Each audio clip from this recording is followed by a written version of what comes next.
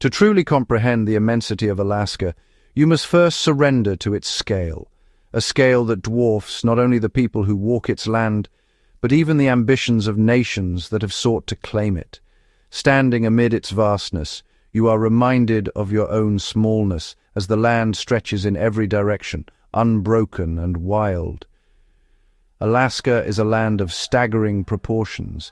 If you were to superimpose its outline over the continental United States, it would reach from the Pacific coast of California all the way to the Atlantic shores of Florida. At over 663,000 square miles, it is by far the largest state in the U.S., more than twice the size of Texas, and larger than Texas, California, and Montana combined. Yet for all this space, Alaska is home to fewer than 750,000 people, most of whom are clustered in a handful of cities and towns. The rest of the state is a realm of silence and solitude, where the land remains largely as it was centuries ago, untamed, unyielding, and breathtakingly beautiful. This is a place where nature reigns supreme. Rivers carve their way through ancient forests, grizzly bears fish in icy streams, and the only roads are ribbons of asphalt that vanish into the horizon, swallowed by the wilderness. Here the air is crisp and clean, the silence profound, broken only by the wind or the distant call of an eagle. Alaska's landscapes are as varied as they are vast. From the temperate rainforests of the southeast, where ancient spruce and hemlock trees tower over mossy ground, to the wind-swept tundra of the north, where the land is locked in ice for much of the year, every region offers a different face of the wild. The state is home to more than 3 million lakes, thousands of rivers, and some of the highest peaks in North America, including Denali, which rises 20,310 feet above sea level. The diversity of Alaska's geography is matched only by its climate.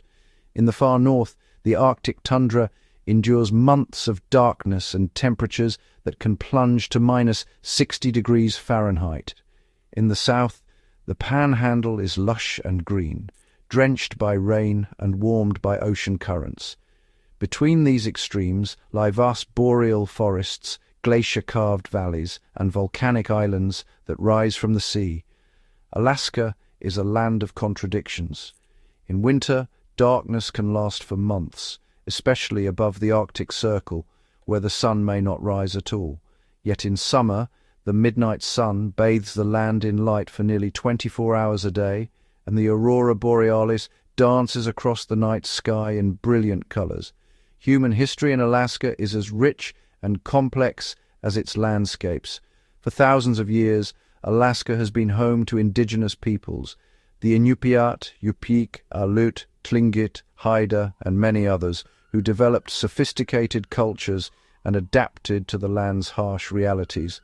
Their traditions, languages, and knowledge continue to shape Alaska's identity today. In the 18th century, Russian explorers arrived, drawn by the promise of furs, especially the luxurious pelts of sea otters, which were prized in the markets of China and Europe. The Russians established trading posts and Orthodox missions, and for nearly a century, Alaska was known as Russian America, a remote outpost of the Tsar's empire. The Russian-American Company, chartered in 1799, controlled trade and settlement, but life was harsh and isolation was profound. Russian America was a land of opportunity and hardship, where fortunes could be made or lost in the blink of an eye.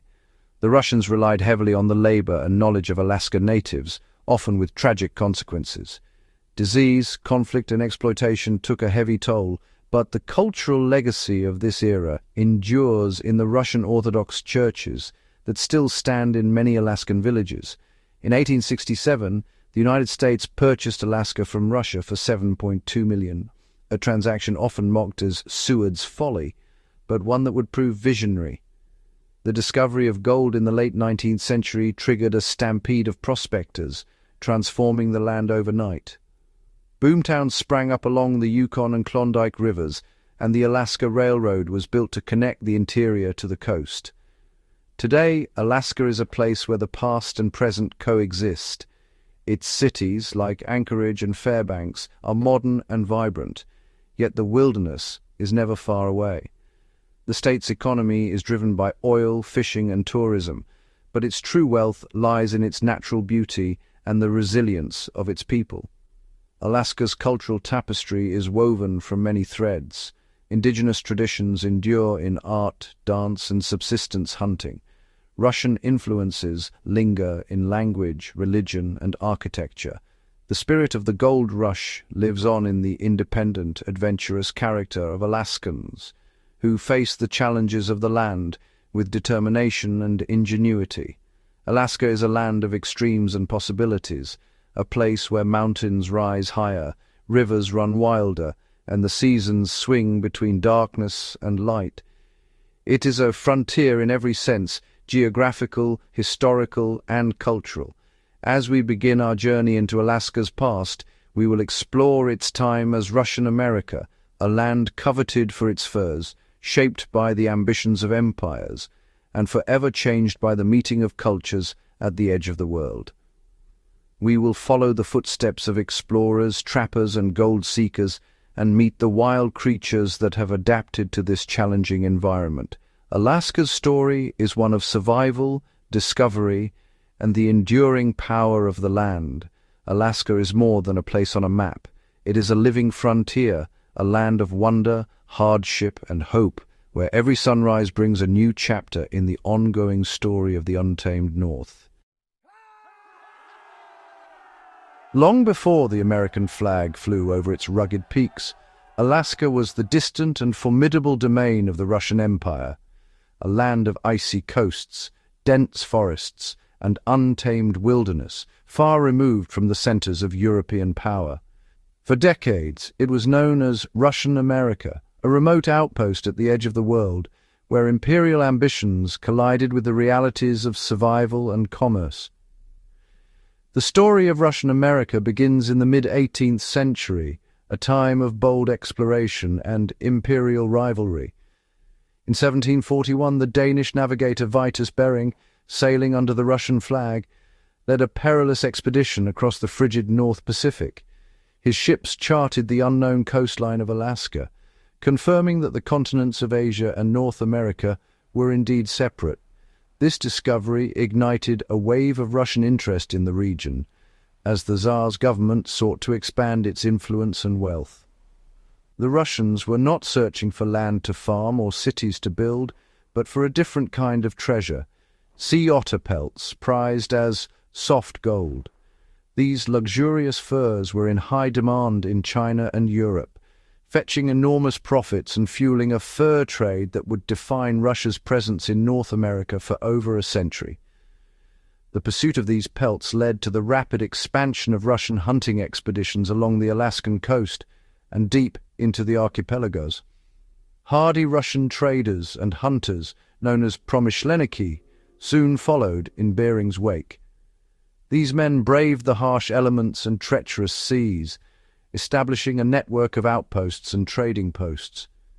They relied heavily on the labor and knowledge of the indigenous peoples, often through coercion or force, to hunt sea otters and transport goods across the vast, unforgiving landscape. In 1784, Grigory Shelikov, a prominent Russian merchant, established the first permanent Russian settlement on Kodiak Island.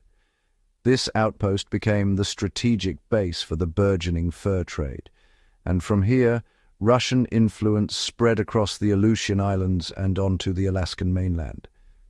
The Russian-American company, chartered by Tsar Paul I in 1799, soon monopolized the trade, wielding immense power over the region's resources and people. Yet the center of Russian power would soon shift. On Baranof Island, the Tlingit people had long maintained a thriving community, rich in culture and tradition. In 1802, conflict erupted as the Tlingit resisted Russian encroachment, culminating in the destruction of the Russian outpost at Sitka.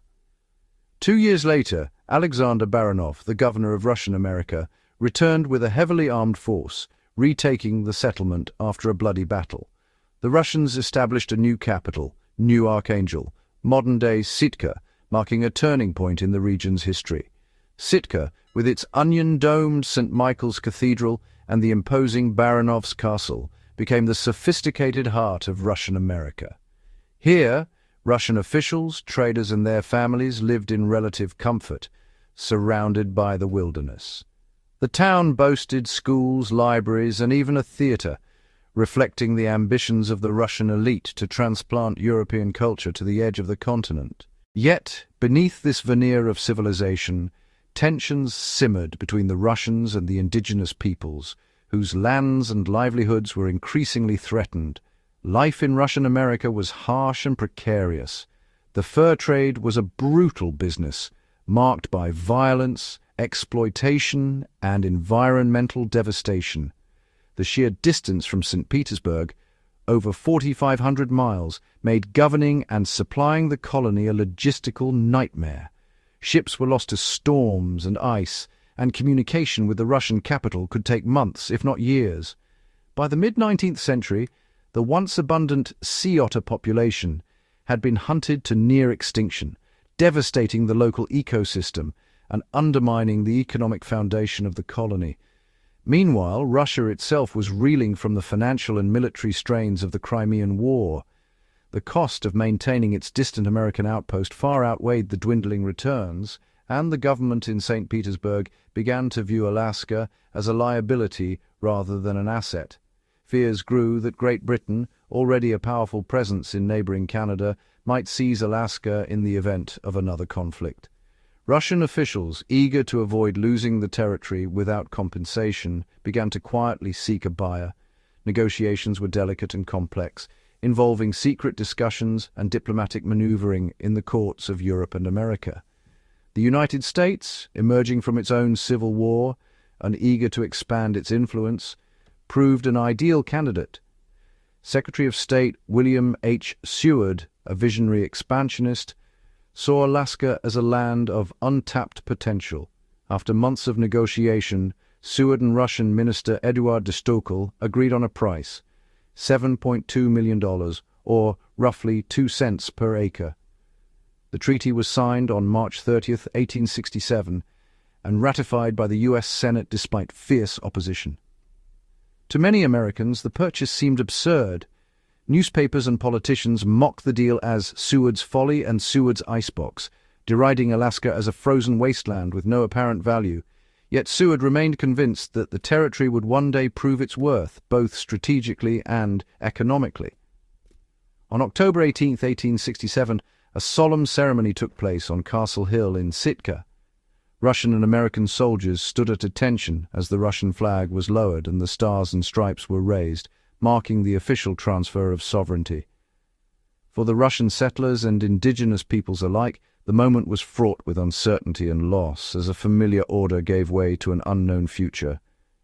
The era of Russian America had ended, and a new chapter had begun for Alaska. The transition brought profound changes for the region's diverse peoples, Russians, Tlingit, Aleut, and others, who now faced new rulers, new laws, and new challenges. Few could have predicted the glittering future that awaited this vast and wild land. But the seeds of transformation had been sown, setting the stage for Alaska's remarkable journey as part of the United States. For 3 long decades after its purchase from Russia in 1867, Alaska was a land of silence and solitude. The vast, untamed wilderness stretched for thousands of miles, its forests and mountains broken only by the occasional outpost or tiny settlement. Few Americans ventured north, and the territory was largely forgotten by the rest of the nation, dismissed as Seward's Folly, a frozen wasteland with little to offer. But in the late 1890s, a single word shattered the quiet: gold. The mere whisper of it was enough to ignite a fever that would transform Alaska forever. The spark came from the Klondike region of Canada's Yukon Territory, just across Alaska's border. In 1896, 3 prospectors, George Carmack, Skookum Jim and Tagish Charlie, struck gold along Bonanza Creek. News of their discovery spread like wildfire, and by 1897, the world was gripped by Klondike fever. Alaska, with its rugged coastline and wild rivers, became the essential gateway to the goldfields.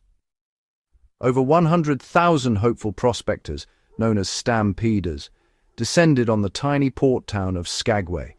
They came from every corner of the globe, farmers, clerks, adventurers, and dreamers, each lured by the promise of instant riches. From Skagway, the journey only grew more perilous. Stampeders faced a brutal choice: the treacherous White Pass, a muddy, avalanche-prone trail, or the infamous Chilkoot Trail, where men and women climbed a staircase of ice, each step carved into the frozen mountainside. Every prospector was required by Canadian authorities to haul a year's worth of supplies, nearly a ton, over these passes, making dozens of back-breaking trips through snow and biting wind. The trails were a merciless crucible, testing the limits of human endurance. Exhaustion, frostbite, and starvation claimed many before they ever glimpsed the goldfields. Many stampeders were woefully unprepared for the relentless cold and the sheer physical toll. The trails became littered with abandoned gear, and makeshift graves marked the final resting place of those who could go no further. Of the 100,000 who set out, only a fraction reached the Klondike, and fewer still found gold. Skagway itself exploded into a lawless boom town almost overnight. Saloons, gambling halls, and outfitters lined the muddy streets, while con artists and criminals preyed on the desperate and the naive. The most infamous of these was Jefferson "Soapy" Smith, a charismatic gangster who ruled Skagway, with a crooked smile and a loaded gun, until his violent death in a shootout brought a measure of order to the chaos. The sheer difficulty of the journey inspired a bold solution. Engineers and laborers, braving avalanches and dynamite blasts, set out to build a railway over the mountains, a feat many thought impossible. The White Pass and Yukon Route Railway, completed in 1900, was a marvel of its age. Its narrow-gauge tracks clung to sheer cliffs, snaked through tunnels blasted from solid rock, and crossed dizzying trestles high above roaring rivers. The iron road replaced weeks of misery on foot with a harrowing but far faster train ride into the interior. For many, the train was a lifeline, transforming the gold rush from a deadly ordeal into a slightly less terrifying adventure. It ferried thousands of stampeders, their dreams and their fortunes, into the heart of the North. The Klondike Rush was only the beginning. Gold fever swept across Alaska itself, sparking a series of rushes that would shape the territory's destiny. New towns sprang up overnight, their tents and cabins clustering along rivers and creeks where gold was rumored to lie. In 1880, even before the Klondike, prospectors Joe Juneau and Richard Harris, guided by the Tlingit chief Coe, discovered gold in a stream that would soon be named Gold Creek. Their find led to the founding of Juneau, which quickly became the capital of Alaska and a center for mining and commerce. The nearby Treadwell mine, established on Douglas Island, grew into one of the largest and most technologically advanced gold mines in the world. At its peak, it employed over 2,000 men and produced millions of dollars in gold, fueling Alaska's early economy and drawing waves of immigrants and fortune seekers. Further north, in 1898, a spectacular discovery was made in Nome. Gold was found glittering right on the beach, requiring little more than a shovel and a pan. The news triggered a stampede unlike any other, as thousands rushed to the windswept shores of the Bering Sea. Nome's population exploded to nearly 20,000 almost overnight. Tents and makeshift camps lined the beach, and the town's muddy streets teemed with prospectors, merchants, and opportunists. The gold was so plentiful that some claimed you could scoop it up by the handful. In the heart of Alaska's vast interior, the city of Fairbanks owes its existence to a twist of fate. In 1901, steamboat captain E.T. Barnett ran aground on the Chena River. While waiting for the water to rise, prospector Felix Pedro explored the area and struck gold nearby. Pedro's discovery set off the Fairbanks gold rush, drawing thousands into the remote wilderness. The city quickly became the commercial and social hub of Alaska's interior, its fortunes built on the back of gold and the grit of those who sought it. Fairbanks thrived, its streets bustling with miners, traders, and entrepreneurs. The gold rush brought not only wealth, but also railroads, telegraphs, and a sense of permanence to the once isolated region. The legacy of these gold rushes is still etched into the Alaskan landscape. Across the state, the ruins of old mining camps and rusting equipment stand as silent witnesses to the dreams and hardships of those who came seeking fortune. At places like Independence Mine in Hatcher Pass, the massive, silent dredges and abandoned buildings loom like skeletal monuments. They are reminders of a time when men and women gambled everything for a chance at riches, and in doing so, forged the frontier spirit that still defines Alaska today. The gold rushes brought not only wealth, but also hardship, innovation, and a diverse population, forever shaping the economic and social fabric of the last frontier. Alaska's cities are unlike any in the lower 48 states. Each one's unique character is deeply shaped by its dramatic history, rugged geography, and, perhaps most importantly, by the evolution of its transportation networks. In a land where vast distances, mountains, and icy waters once isolated communities, the development of railroads, highways, and seaports has been nothing short of transformative. Anchorage, the state's largest city, is home to nearly 40% of all Alaskans. Its very existence and explosive growth are tied to a pivotal moment in Alaskan transportation history.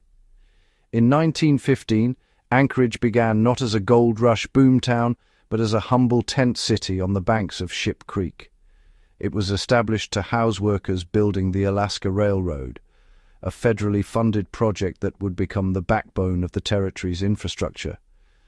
The railroad, stretching from the ice-free port of Seward on the southern coast to the interior city of Fairbanks, was completed in 1923 and spanned over 470 miles. This engineering feat connected remote settlements, enabled the movement of people and goods, and laid the foundation for modern Alaska. Anchorage's strategic location at the crossroads of rail, road, and air routes allowed it to grow into Alaska's primary economic and transportation hub. The city's port, developed in the 1960s, became a critical entry point for supplies, while the Ted Stevens Anchorage International Airport emerged as a global cargo crossroads, linking Asia and North America.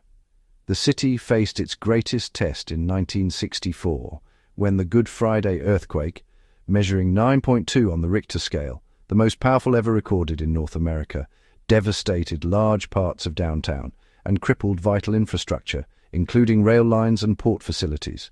Yet, Anchorage rebuilt itself with remarkable speed, modernizing its transportation systems and reinforcing its role as the logistical heart of Alaska. The city's resilience and adaptability became a model for the entire state. Juneau, the state capital, presents a different transportation challenge. Nestled between the towering Coast Mountains and the deep waters of the Gastineau Channel, Juneau is one of only 2 state capitals in the United States that cannot be reached by road. The city's isolation is legendary. No highways connect Juneau to the rest of Alaska or the continent. Instead, all travel in and out relies on air and sea. The Alaska Marine Highway System, a state-run ferry network established in 1963, became Juneau's lifeline, linking it to other coastal communities and the outside world. Today, visitors and residents alike must arrive by plane. Juneau International Airport is a vital hub, or by boat, with ferries and cruise ships bringing in people and goods. This reliance on marine and air transport gives Juneau a unique sense of grandeur and remoteness. Glaciers, like the famous Mendenhall, are practically in Juneau's backyard, a reminder of the natural barriers that have shaped the city's development and transportation needs. Founded on gold in the late 19th century, Juneau's economy now runs on government and tourism. Each summer, cruise ships, some over 1,000 feet long, glide into its harbor, bringing thousands of visitors and underscoring the city's dependence on maritime access. Deep in the interior lies Fairbanks, a city of extremes and a testament to the power of transportation to conquer isolation. Built atop permafrost, permanently frozen ground, Fairbanks endures some of the most dramatic temperature swings on the planet. The arrival of the Alaska Railroad in 1923 was a turning point, connecting Fairbanks to the coast and enabling the export of gold, furs, and later oil. Winters are profoundly cold, with temperatures plunging to -40 degrees Fahrenheit or lower, but the darkness is often illuminated by the aurora borealis, a spectacle that draws visitors from around the world, many of whom arrive via the city's airport or by train. Fairbanks sits directly under a prime viewing belt for these dancing northern lights, and its accessibility by rail, road, and air has made it a magnet for adventure seekers and scientists alike. In the summer, Fairbanks experiences the midnight sun, with nearly endless daylight that fuels both giant vegetables and a lively, celebratory atmosphere, made possible by the steady flow of goods and people along the Alaska Highway, completed in 1942 as a military supply route during World War II. Along Alaska's rugged coastline, other towns tell their own stories of adaptation and connection, each shaped by the interplay of sea and land routes. Ketchikan, the gateway to Alaska, is famous for its staggering rainfall and its history as the salmon capital of the world. Its port, established in the early 20th century, became a vital stop for steamships and later for the Alaska Marine Highway ferries, linking the town to the rest of the state and beyond. Seward, at the southern end of the Alaska Railroad, serves as the vital link between the port and the interior. Its deep-water harbour, ice-free year-round, was chosen as the railroad's terminus in 1903 and remains a crucial gateway for freight, fuel, and passengers. Homer, perched on a long gravel bar called the Homer Spit, proudly calls itself the halibut fishing capital of the world. Its harbour, built in the 1960s, supports a thriving fishing fleet and connects the community to the rest of Alaska via ferry and road, and there's Valdez, the terminus of the Trans-Alaska Pipeline. Completed in 1977, the pipeline stretches 800 miles, from Prudhoe Bay to Valdez, where a year-round ice-free port allows Alaska's oil, its black gold, to reach global markets. The port's design, with heated berths and advanced spill response systems, reflects the technical challenges of operating in a subarctic environment. Each city and town, from the rail-linked interior to the bustling seaports, is a crucial piece of the Alaskan puzzle. Together, their evolving transportation networks have overcome isolation, fueled economic growth, and connected Alaska to the world, turning the untamed frontier into a land of opportunity and resilience. Beyond Alaska's more familiar cities, there exist communities so distinct and remote that they seem to belong to another era, places where the very fabric of daily life is shaped by the land, the weather, and the ingenuity of their people. Two of the most fascinating examples are Whittier and Utqiagvik, each a world unto itself, each a testament to the extraordinary adaptability of Alaskans. Whittier, nestled on the edge of Prince William Sound, is perhaps Alaska's most unusual town. Its origins trace back to World War II, when the U.S. military sought a secret port, shielded from enemy eyes and the region's brutal storms.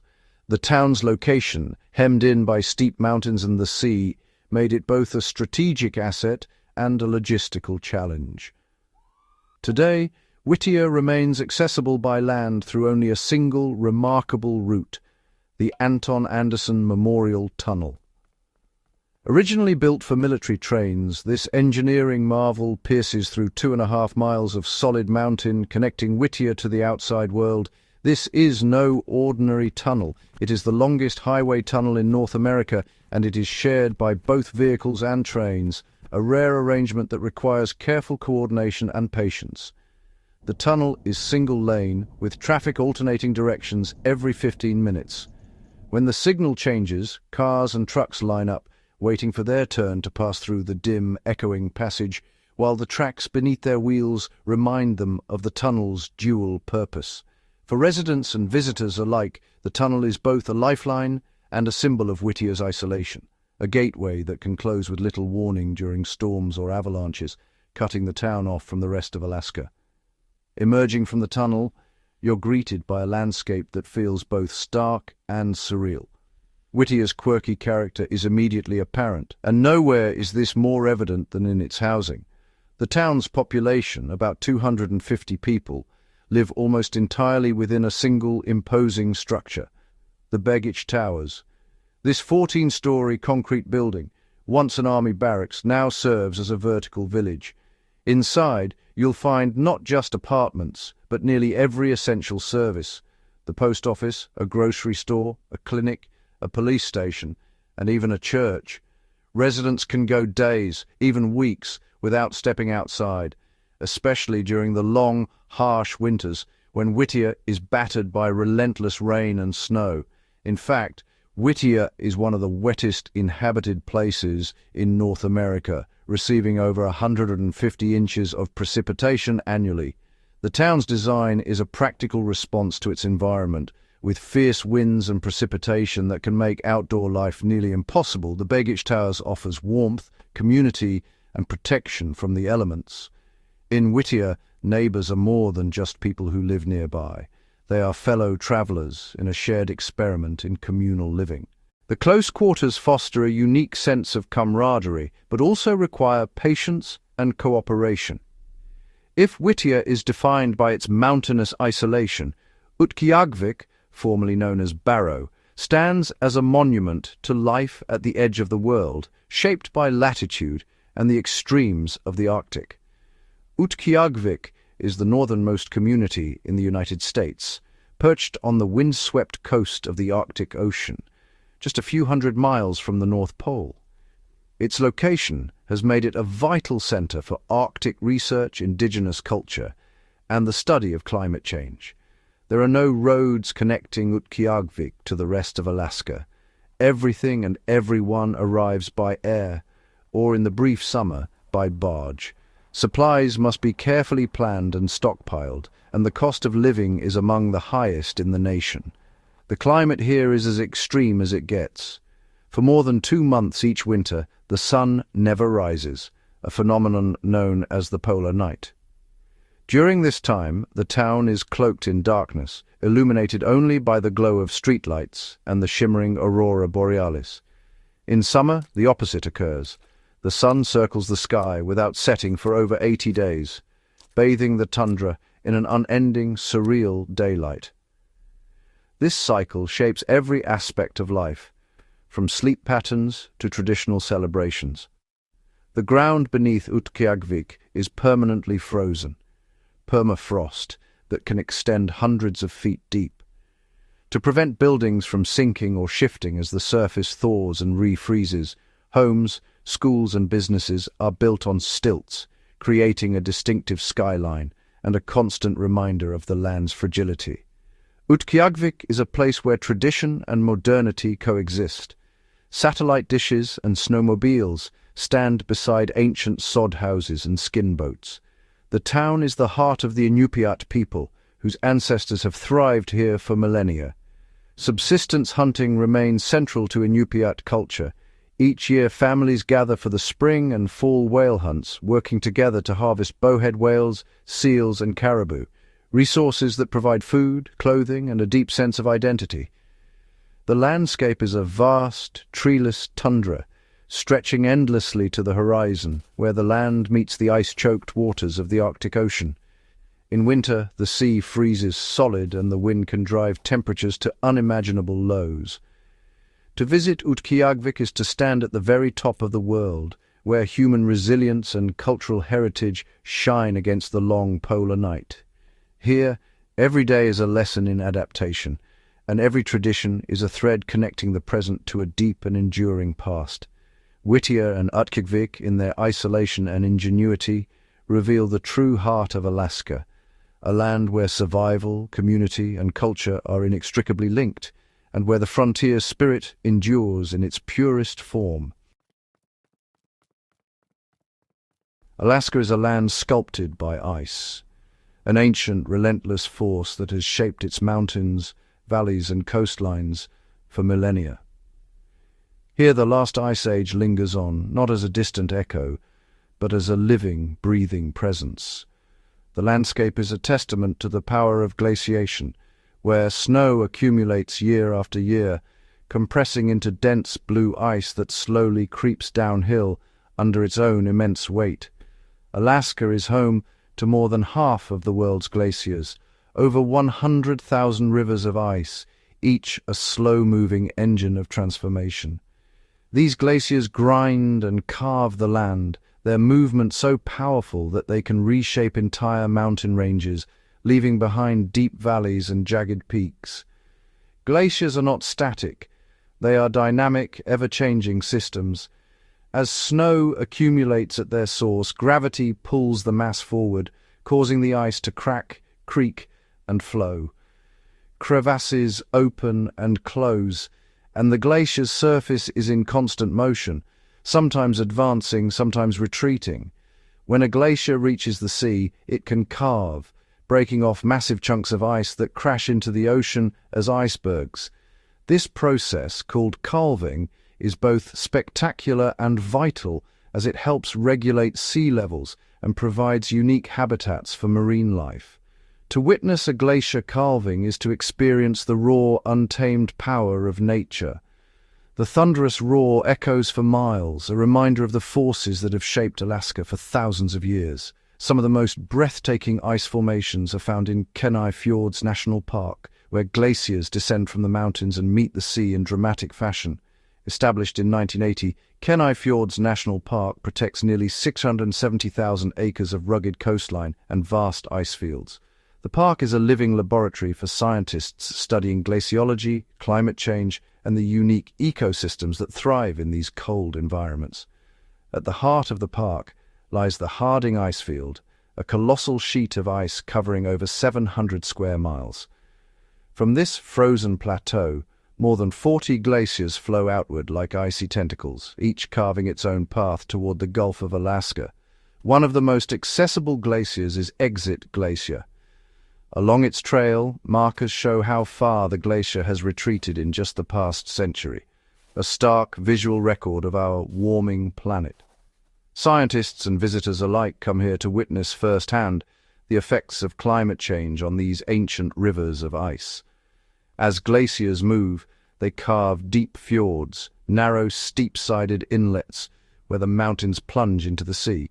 These fjords are among Alaska's most dramatic natural wonders, formed over thousands of years as glaciers gouged out the bedrock and retreated, allowing the ocean to flood in. Near Juneau, the state capital, lies the vast Juneau ice field. This immense expanse of ice feeds more than 36 major glaciers, including the famous Mendenhall Glacier, which has been studied by scientists since the late 19th century. The Mendenhall Glacier, a river of blue ice, has retreated dramatically over the past century, leaving behind a lake filled with drifting icebergs. This retreat is carefully monitored by glaciologists, who use it as a key indicator of regional climate trends. In Prince William Sound, the Columbia Glacier stands out as one of the fastest-moving glaciers in the world. Since the 1980s, it has retreated more than 12 miles, shedding vast quantities of ice into the Sound and altering the local landscape at a breathtaking pace. The Columbia Glacier's rapid retreat has been the subject of numerous scientific expeditions, with researchers documenting the dramatic changes and their impact on sea level, ocean currents, and local ecosystems. Navigating the waters of Prince William Sound is a surreal experience. Boats weave through a maze of icebergs, each one a fragment of the glacier's ancient past, sculpted by wind and water into fantastical shapes. The sheer scale of Alaska's ice fields is almost beyond comprehension. These frozen expanses store vast amounts of fresh water, playing a crucial role in the global water cycle and influencing weather patterns far beyond Alaska's borders. The Chugach National Forest, the second largest in the United States, is more than 30% covered in ice. Its glaciers feed countless rivers and streams, providing vital habitat for salmon and other wildlife, and supporting the region's rich biodiversity. The Stikine Icefield, straddling the border between Alaska and British Columbia, feeds mighty glaciers like the Dawes Glacier. At Endicott Arm, Dawes terminates in a towering wall of ice, a dramatic endpoint to a journey that began as snow high in the mountains. Up close, glaciers reveal their secrets. The crackle of ancient air bubbles trapped for centuries, the deep blue of compressed ice, and the frigid winds that pour off their faces. These features have drawn explorers and scientists for generations, from early Russian expeditions mapping the coastline to modern researchers studying the effects of climate change. Standing before these ancient frozen rivers, dwarfed by their scale and beauty, is a humbling experience. Glaciers, fjords, and frozen rivers are not just natural wonders. They are living records of Earth's history, powerful forces that continue to shape Alaska's environment and inspire all who witness them. Alaska is often celebrated for its vast, icy wilderness, glaciers that carve through mountains, and snowfields that stretch to the horizon. Yet beneath this image of endless ice lies a world of astonishing diversity and life, where two of North America's most remarkable natural treasures, Denali and the Tongass National Forest, stand as testaments to the state's untamed grandeur. Alaska is not just a land of cold and snow, it is also a realm of vibrant greenness, where ancient forests and wild rivers pulse with life. In the southeast, the Tongass National Forest sprawls across the landscape, forming the largest temperate rainforest on Earth. Covering an astonishing 16 million acres, the Tongass is a living relic of the ancient forests that once blanketed much of the Pacific Northwest. Here, towering Sitka spruce, western hemlock, and red cedar trees rise hundreds of feet into the mist, some of them centuries old, their trunks thick with the memory of time. The branches are draped in lush mosses and delicate lichens, creating a tapestry of green that thrives in the forest's constant dampness. The Tongass is a place of perpetual moisture, where fog and rain are as much a part of the landscape as the trees themselves. With over 150 inches of rain each year, the forest is a lush, thriving ecosystem, teeming with life from the canopy to the forest floor. This immense forest is often called a lung of North America, not only for its size but for its vital ecological role. The Tongass absorbs vast amounts of carbon dioxide, helping to regulate the planet's climate and storing more carbon than any other national forest in the United States. In fact, it holds an estimated 44% of all the carbon stored in U.S. national forests, making it a critical buffer against climate change. Walking through the Tongass is like stepping into a world untouched by time. A fairy tale forest where every step reveals new wonders. The ground is carpeted with thick ferns and mosses, creating a soft, spongy layer that nurtures countless species. Crystal-clear streams wind through the undergrowth, filled with salmon that return each year to spawn, nourishing the entire ecosystem. These rivers and streams are the lifeblood of the forest, supporting not only fish but also bears, eagles, and countless other creatures. The Tongass is home to brown and black bears, wolves, Sitka black-tailed deer, and more than 300 species of birds, including the iconic bald eagle. For thousands of years, indigenous peoples such as the Tlingit, Haida, and Tsimshian have called this forest home, relying on its resources for food, shelter, and cultural identity. Today, the Tongass supports local communities through fishing, tourism, and carefully managed timber operations. Though these activities are often the subject of debate and conservation efforts, the forest's interconnected web of life is delicate, and conservationists have fought for decades to protect its old-growth stands from logging and development. From the tallest trees to the tiniest soil organisms, every part of the Tongass plays a role in maintaining the health of the ecosystem. The Tongass is a living example of a wild, intact ecosystem, one of the last of its kind on Earth. It is a green jewel stretching along Alaska's panhandle, a place where the forest meets the sea in a breathtaking display of natural beauty. Here, the salt water of the Pacific mingles with the ancient trees, creating a unique coastal ecosystem found nowhere else on the planet. In the heart of Alaska's interior lies another of its natural wonders, Denali National Park and Preserve, a landscape of superlatives and extremes. Established in 1917, Denali National Park was created to protect both its wildlife and its awe-inspiring landscapes. At its heart stands Denali, the High One, in the Athabaskan language, a mountain that rises 2,310 feet above sea level, making it the highest peak in North America. Denali's massive bulk dominates the landscape, its summit often shrouded in clouds and battered by some of the harshest weather on the continent. The mountain creates its own weather systems, with temperatures plunging far below zero and winds that can exceed 100 miles per hour. Climbing Denali is a formidable challenge, drawing mountaineers from around the world, who test themselves against its icy slopes and unpredictable storms. For many visitors, Denali remains elusive, its peak hidden behind swirling clouds, a reminder of nature's power and mystery. But on rare, clear days, the mountain reveals itself in all its glory, a sight that inspires awe and reverence. To witness Denali unobstructed is to experience a moment of pure wonder, a connection to something greater than ourselves. The Athabaskan people have long revered this mountain, calling it Denali on the Great One, a place of spiritual significance and legend. For indigenous communities, Denali and its surrounding lands are woven into their history, stories, and way of life. But Denali National Park is more than just its namesake peak. The park protects over 6 million acres of wild land, an immense expanse of tundra, boreal forest, and glaciers. The tundra is a mosaic of wildflowers, shrubs, and grasses, bursting into color during the brief Arctic summer. Boreal forests of spruce and birch give way to glaciers that flow down from the mountains, shaping the land over millennia. A single, narrow road winds deep into the park, limiting human impact and preserving the wild character of the landscape. Here, wildlife roams free, unhindered by fences or highways. Enormous moose, weighing over 1,500 pounds, graze in willow thickets.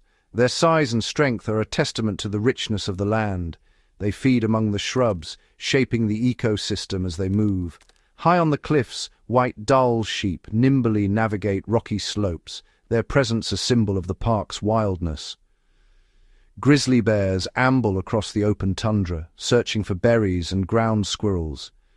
Caribou herds migrate across the landscape, following ancient routes that have existed for thousands of years. Denali National Park offers a rare glimpse into a North America that existed long before roads, cities, and industry, a land where nature still reigns supreme. Today, both Denali and the Tongass face challenges: climate change, resource extraction, and the pressures of tourism. Yet, thanks to the efforts of indigenous stewards, conservationists, and dedicated park staff, these wild places endure, offering hope for the future and a living link to the past. They are sanctuaries of wildness, beauty, and resilience, true treasures of Alaska's untamed frontier. Alaska is a kingdom of animals, a place where wildlife sightings are not a rare treat, but a fundamental part of the experience. Here, the land is alive with creatures that have adapted to some of the harshest and most pristine environments on Earth. The intricate web of life in Alaska is shaped by its dramatic seasons, vast landscapes, and the powerful forces of nature that have sculpted this region for millennia.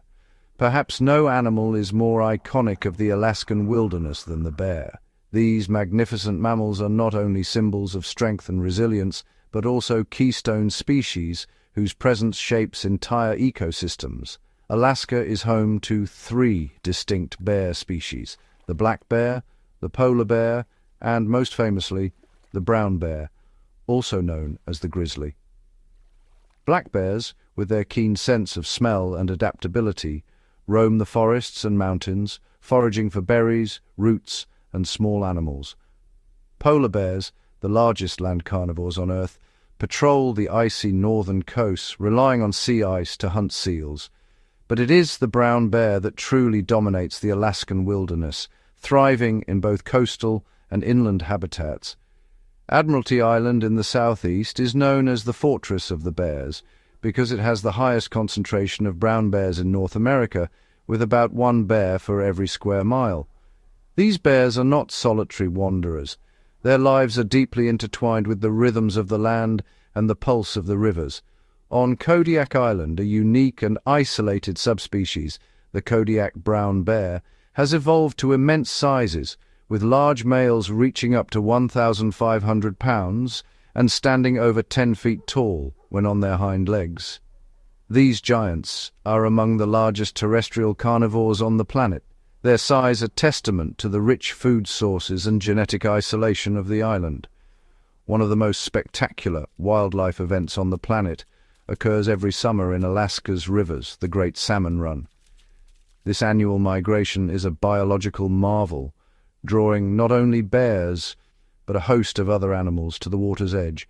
Millions of Pacific salmon, including species like sockeye, chinook, coho, pink, and chum, return from the open ocean to the very streams where they were born. Guided by an extraordinary sense of smell and magnetic navigation, they fight their way upstream, leaping over obstacles and evading predators to spawn and then die. Their bodies, rich in nutrients, become a vital resource for the entire ecosystem. This incredible journey is the engine that drives much of Alaska's ecosystem. The salmon's life cycle links the ocean, rivers, forests, and countless species in a complex web of interdependence. At places like Brooks Falls in Katmai National Park, dozens of brown bears gather along the river, standing in the churning water and expertly catching salmon as they leap up the falls. This annual congregation is not only a feast for the bears, but a vital opportunity for them to build up fat reserves for the long winter hibernation. It is a dramatic spectacle of life, death, and survival, and a prime example of the raw, unfiltered beauty of nature. The bears' fishing techniques are passed down through generations, and their success is a matter of life and death. The bears do more than just feast on the salmon. They play a crucial role as gardeners of the forest. By carrying salmon carcasses away from the rivers and into the woods, they distribute marine-derived nutrients far inland. After catching a fish, a bear will often drag the carcass into the woods to eat it in peace. This behavior ensures that the nutrients from the ocean are spread throughout the forest ecosystem. The leftover remains decay and release rich, marine-derived nutrients into the soil, fertilizing the trees and plants. Studies have shown that up to 70% of the nitrogen in some Alaskan trees can be traced back to salmon, highlighting the profound impact of this nutrient transfer. It is a perfect circle of life, where the ocean feeds the rivers feed the bears, and the bears feed the forest. This interconnectedness is a hallmark of Alaskan ecology, where every species plays a role in sustaining the whole. Witnessing this intricate connection firsthand gives you a profound appreciation for the delicate balance that sustains this wild land. For Alaska natives and local communities, these cycles are not just natural wonders, but sources of food, tradition, and spiritual meaning. It's not just the bears that benefit from the salmon. Foxes, wolves, gulls, and even the forests themselves depend on the annual bounty. The Salmon Run is a time of abundance, supporting a remarkable diversity of life. High in the trees, another Alaskan icon keeps a watchful eye. The bald eagle, with its piercing gaze and regal bearing, is a master of the skies and a symbol of freedom and wilderness. Southeast Alaska has the highest population of bald eagles on Earth. These raptors are drawn to the salmon-rich rivers and estuaries, where food is plentiful and nesting sites abound. With wingspans that can exceed 7 feet, these magnificent birds of prey gather in huge numbers along the salmon-choked rivers. Their keen eyesight allows them to spot fish from great heights, and their powerful talons make them formidable hunters. You can see them perched on nearly every treetop, their white heads standing out like beacons against the dark green forest. Eagles are not only hunters but also scavengers, cleaning up the remains left by bears and other predators. They swoop down to pluck fish from the water with their sharp talons. their piercing calls echoing through the valleys. Eagles mate for life and return to the same nests year after year, raising their young high above the forest floor. The abundance of bears, eagles, and salmon is a powerful symbol of Alaska's untamed health. These animals are woven into the cultural fabric of Alaska, celebrated in native art, stories, and ceremonies. They remind us of the wildness that still endures, and the responsibility we share to protect these extraordinary places for generations to come. Connecting a state as vast, wild, and unforgiving as Alaska has always been one of the greatest logistical and engineering challenges in American history. The sheer scale of the land, with its towering mountain ranges, endless forests, and frozen tundra, meant that traditional roads and railways were nearly impossible to build and maintain. Yet the drive to unlock Alaska's resources and connect its scattered communities led to some of the most ambitious infrastructure projects ever attempted in North America. The Alaska Railroad stands as a testament to human determination and ingenuity. Stretching nearly 500 miles from the ice-free port of Seward on the southern coast, through the bustling city of Anchorage, and deep into the interior to Fairbanks, the railroad is the backbone of the state. Its construction, begun in 1914 and completed in 1923, was a monumental task. Workers battled brutal winters, permafrost, avalanches, and remote, roadless wilderness. The railroad's completion was celebrated with a Golden Spike ceremony attended by President Warren G. Harding, symbolizing the opening of Alaska's heartland to the outside world. The Alaska Railroad transformed the territory, making it possible to move people, supplies, and natural resources across vast distances that were previously impassable. It played a crucial role in the development of Anchorage, which grew from a tent city for railroad workers into Alaska's largest city. Today, riding the train is not just a journey through history, but also one of the most spectacular ways to experience the state's wild beauty. The tracks wind through deep canyons, over roaring rivers, and past snow-capped peaks, offering views that are inaccessible by any road. But railroads are only part of Alaska's story. The state's remote highways are legendary for their isolation and difficulty. Chief among them is the Dalton Highway, a road that has become synonymous with adventure and endurance. Built in the 1970s as a supply route for the construction of the Trans-Alaska Pipeline, the Dalton is a rough 414-mile gravel road that stretches from just north of Fairbanks all the way to Prudhoe Bay on the edge of the Arctic Ocean. The Dalton Highway was engineered under extreme conditions. Builders faced permafrost, river crossings, and the constant threat of blizzards and landslides. The road was designed to support heavy trucks hauling pipeline sections, fuel, and equipment, and its construction required innovative solutions to keep the road stable atop shifting frozen ground. For much of its length, the Dalton is a lonely ribbon of dirt and gravel, with few services and long stretches of absolute wilderness. Travelers on the Dalton must be self-reliant and prepared for anything. Flat tires, cracked windshields, and sudden storms are all part of the journey. The highway is a vital supply line for the oil industry, but it also offers a raw, unfiltered adventure into the Alaskan Arctic, where the landscape remains as wild and untamed as it was centuries ago. The Dalton Highway's very existence is tied to another engineering marvel, the Trans-Alaska Pipeline System. Spanning 800 miles from the oil fields of Prudhoe Bay to the port of Valdez, the pipeline crosses 3 mountain ranges, hundreds of rivers, and some of the most remote terrain on the continent.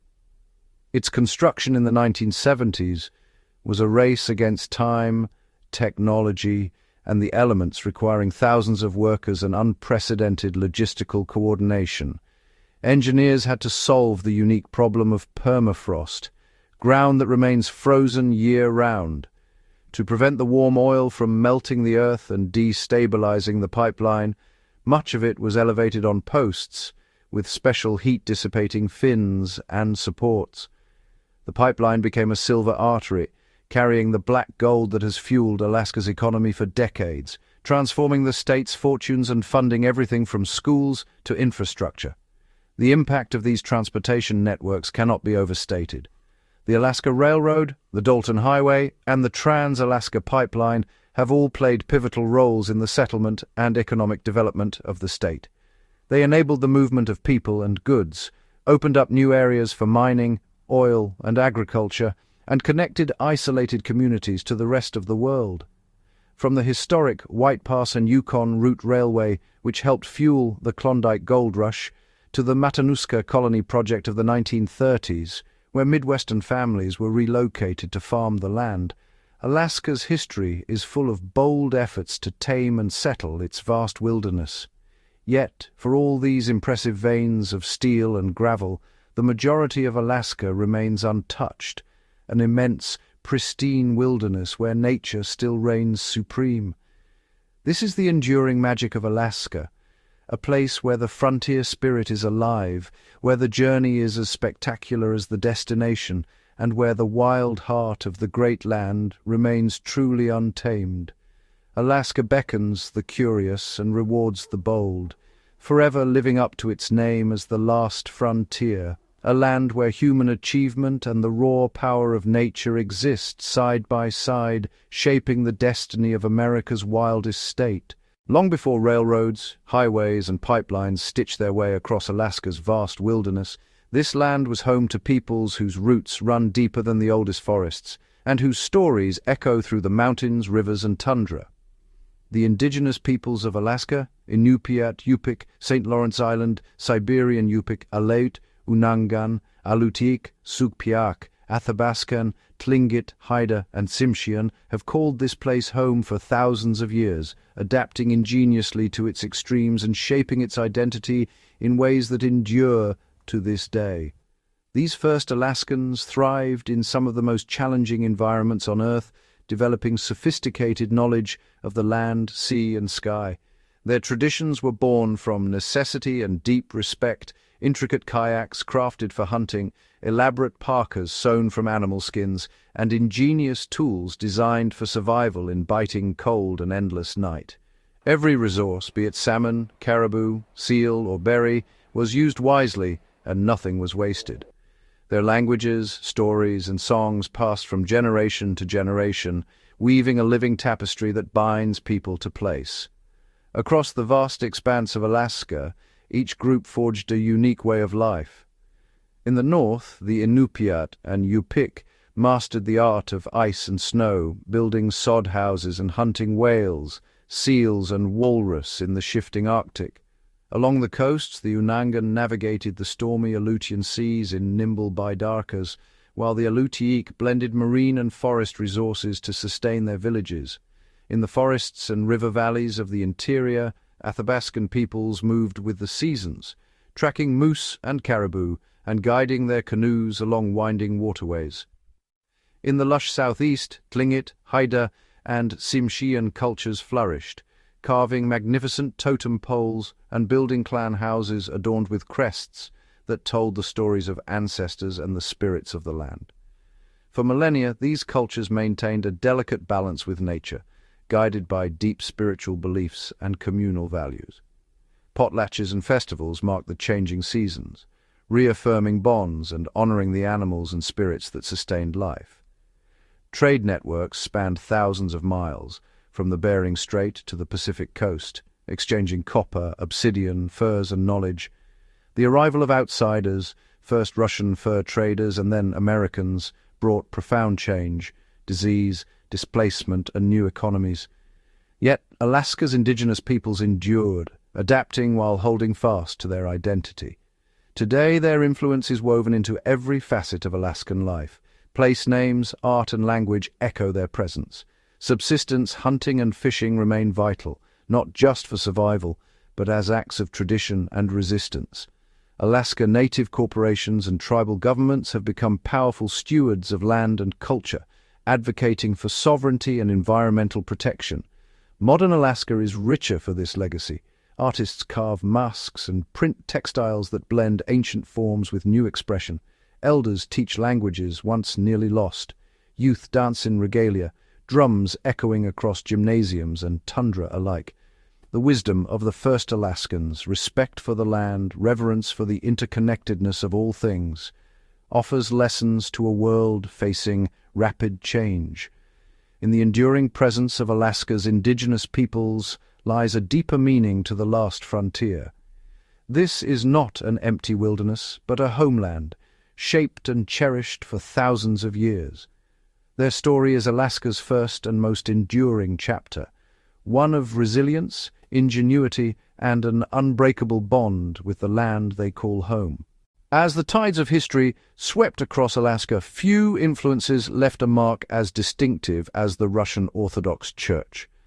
Arriving with fur traders and settlers in the late 18th century, the Church became more than a spiritual outpost.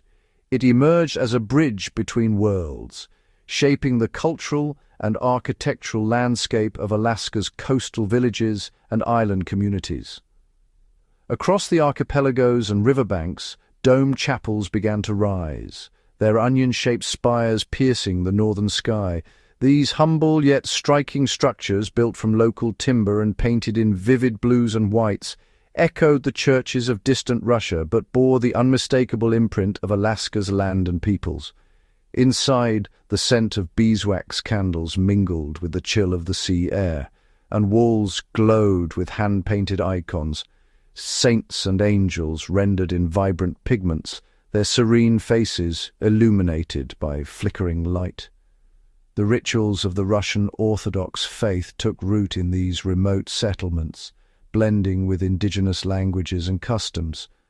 Bells tolled across the tundra, calling villagers to services where ancient chants, sung in Slavonic, Aleut and Tlingit, rose in harmony. Priests, robed in richly embroidered vestments, led processions through snowbound streets during feast days, blessing homes and fishing boats alike with holy water and incense. The liturgical calendar, punctuated by Easter and Christmas, brought communities together in solemnity and celebration, reinforcing bonds of faith and kinship. Baptisms, weddings, and funerals unfolded beneath the gaze of gilded icons, each ritual weaving together the spiritual and the everyday.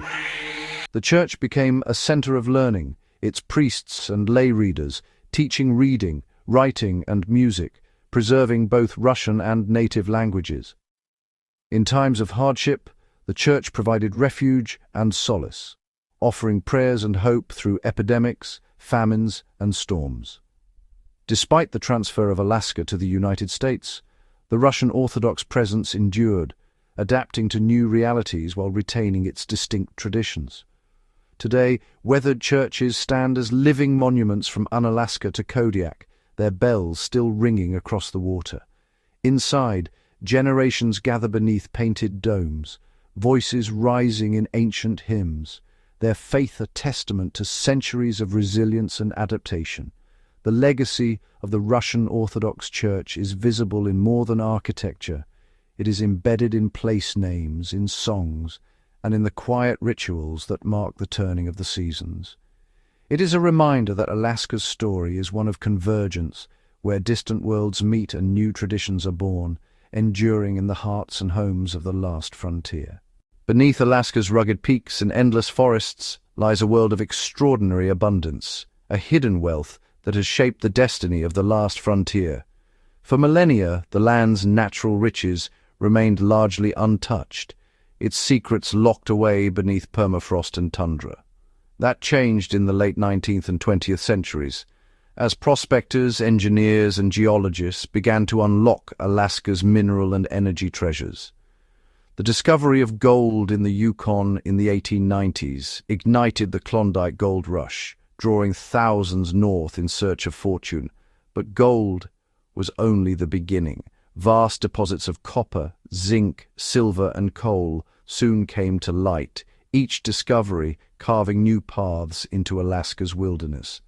Mining towns like Kenai and Nome sprang up almost overnight, their fortunes rising and falling with the global demand for precious metals.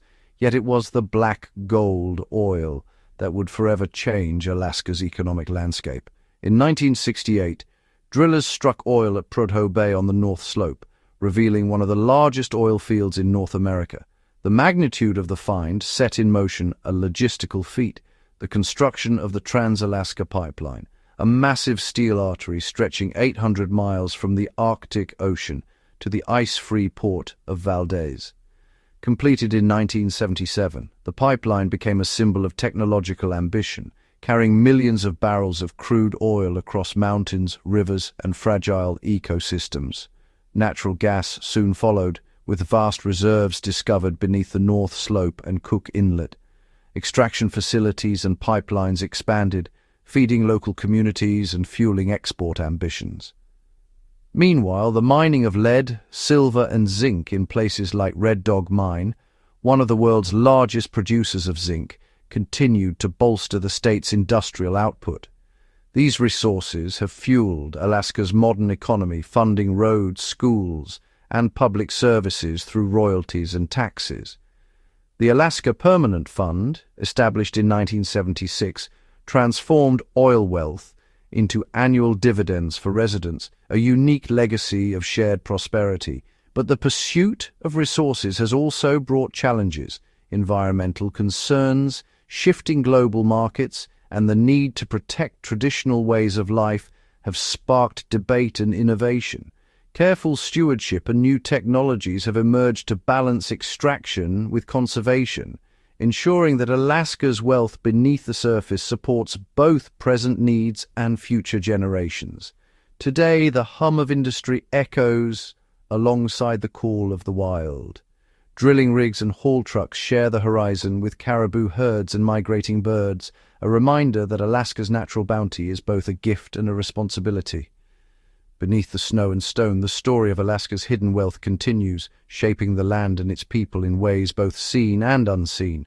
Long before pipelines stretched across its tundra and gold fever swept its rivers, Alaska was a land of vast mystery, an unmapped expanse at the edge of the known world. The quest to chart this formidable wilderness drew intrepid explorers, surveyors, and cartographers from distant shores, each driven by curiosity, ambition, or the promise of discovery.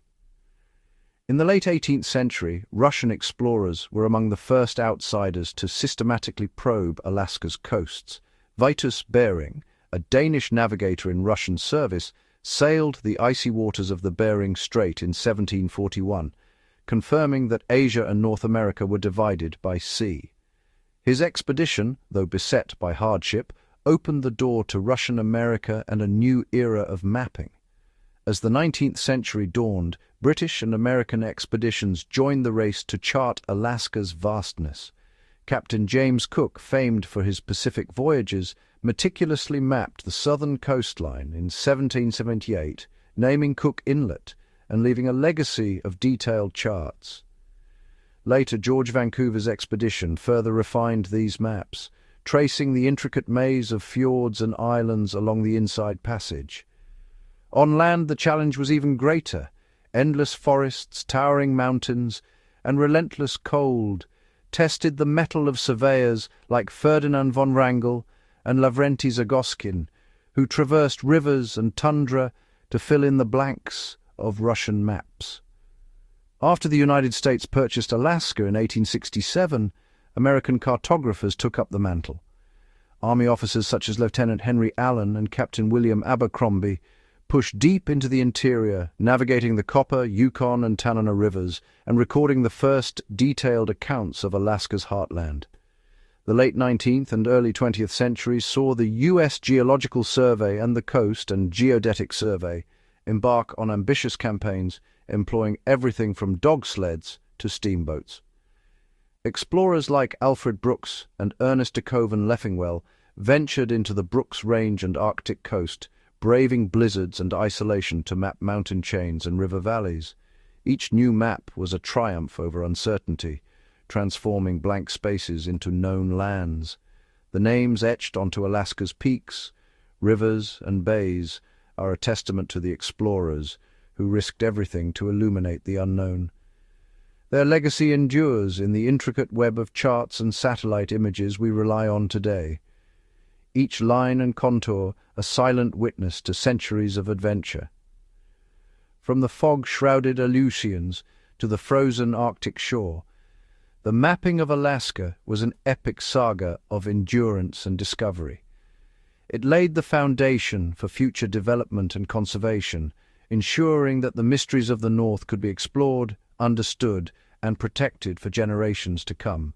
Alaska is a land where the sky itself becomes a stage for nature's most extraordinary performances. Here, weather is not just a backdrop, but a force that shapes every living thing. The state's vastness stretches across multiple climate zones, from the temperate rainforests of the southeast to the windswept tundra above the Arctic Circle. In this place, the seasons do not simply change, they transform the very character of the land. Winter's grip can be relentless. In the far north, temperatures routinely plummet below -40 degrees Fahrenheit. Winds howl across the open tundra, sculpting snow into sweeping drifts and creating a world of silence and ice. The cold is not only a challenge for those who live here, it's a test of endurance for plants, animals, and infrastructure alike. In Fairbanks, the sun may not rise for hours, casting the city in a deep blue twilight that lingers through much of the day. But with the darkness comes one of Alaska's most magical phenomena, the aurora borealis. On clear, crisp nights, the northern lights dance across the sky in ribbons of green, purple, and red. These shimmering curtains are born from solar winds colliding with Earth's magnetic field, their beauty a reminder of the cosmic forces at play above the frozen land. For generations, the aurora has inspired awe and wonder, a spectacle that draws travelers from around the globe. As winter gives way to spring, the transformation is sudden and dramatic. Rivers crack and groan as the ice breaks apart, rushing toward the sea in a surge of meltwater. Days grow longer at a breathtaking pace. In Barrow, now known as Utqiagvik, the sun disappears for over 2 months each winter, only to return in late January, bringing with it the promise of light. By midsummer, the sun never sets north of the Arctic Circle, bathing the tundra in a perpetual golden glow. This phenomenon, the midnight sun, fuels a frenzy of life. Plants burst into bloom, animals emerge from hibernation, and people make the most of every hour. Yet, even in summer, Alaska's weather can be unpredictable. Storms sweep in from the Bering Sea, bringing rain, fog, and fierce winds. Coastal communities brace against the power of the Pacific, while inland valleys may bask in unexpected warmth. The state's glaciers, relics of the last ice age, continue their slow, grinding journey toward the ocean, shaping the land and influencing local weather patterns. In autumn, the cycle begins anew. Temperatures drop, and the tundra blazes with color, crimson, gold, and orange, before the first snows fall. The change is swift, a reminder that in Alaska, nature moves to its own rhythm, indifferent to the clocks and calendars of civilization. From the ethereal glow of the aurora to the stark beauty of polar night, Alaska's climate is a story of extremes. It is a land where the elements command respect, where survival depends on adaptation, and where every sunrise and sunset feels like a rare and precious gift.